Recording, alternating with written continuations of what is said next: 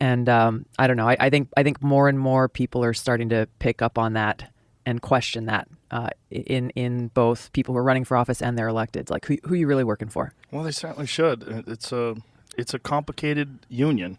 Yeah, it is. It is that. It really is. Between money and politics. And it's just like, I mean, it would be wonderful if we could get money entirely out of politics. If the only way that a politician could make money while they're in office is just their salary. Yeah. If we said it that way. Yeah. Like, I'm sure you're aware of the Nancy Pelosi stuff. Like, absolutely. It's wild. It is. And look, I think this is one of the good things about social media is, of course, the mainstream corporate media is hardly covering it at all. But because of social media, things like that are spreading like wildfire, like, hey, Paul Pelosi is doing these trades within this period of time of Nancy Pelosi voting on this bill or bringing a bill to the floor, because we've got to remember, Nancy Pelosi as Speaker of the House, nothing happens without her knowing about it or giving her stamp of approval. So regardless of whether it's happening in the Judiciary Committee or the Commerce Committee or the Armed Services Committee, if there's a bill coming to the floor and there's major legislation that's being passed or is being squashed, that is happening with her say-so.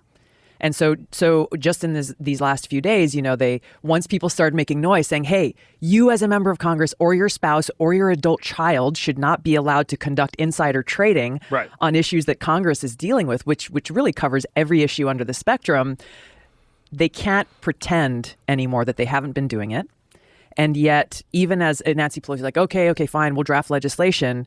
But Congress is about to take a break as they head into the general elections. And once again, she's refusing to bring the bill to the floor for a vote, saying, oh, well, we're not going to bring it to the floor if it doesn't have support.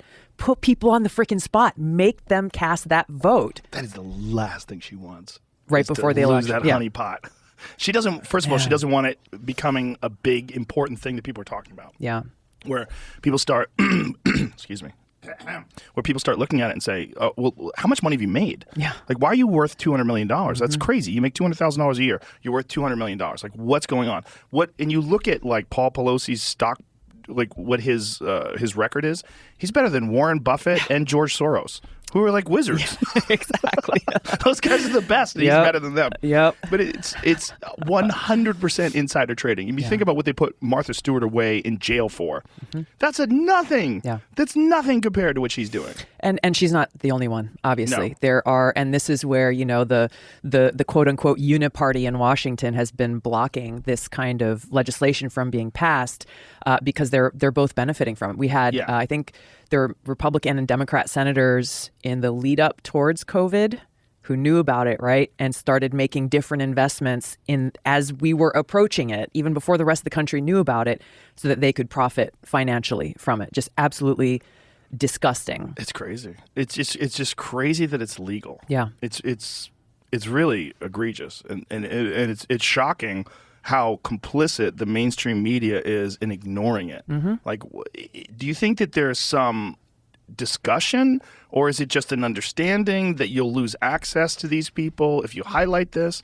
Like, why are they not covering that? It's like this chummy insiders club in Washington. And, a common term that's being used now is called permanent Washington, which really fits when you think about it, because it kind of encapsulates that whole swampy ecosystem of both those who've been elected into positions, those who are longtime appointed or powerful bureaucrats, and the corporate media. They all go out to the same parties, the same social functions, passing information to each other. And so, if the anchor of a big time news show says, hey guys, guess what? Nancy Pelosi and her husband are insider trading, then they have to think about, oh, well, am I burning a bridge? Am I cutting off access to, information that she or her staff might be feeding me that I can break news on, and all this stuff. So, it's like you scratch my back, I'll scratch yours. And if you start pissing off certain people, then you get kicked out of the cool kids club. That's really what's at the heart of it. And so they play along, because this issue's come up before. It came up years ago.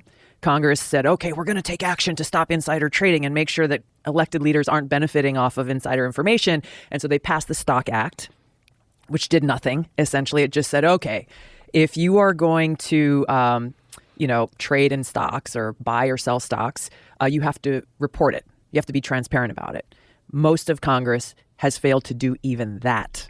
So it did nothing to stop it. It says, you just got to tell us. And most people are like, yeah, I'm not going to tell you anyway. And there's no repercussions? And there's well, they might get like a $100 fine, $200 fine. As they make millions in their trade. So, again, it's good. This is kind of like one of those things that should give us all a glimmer of hope, where if enough people, we the people, make noise about it, they're forced to pay attention.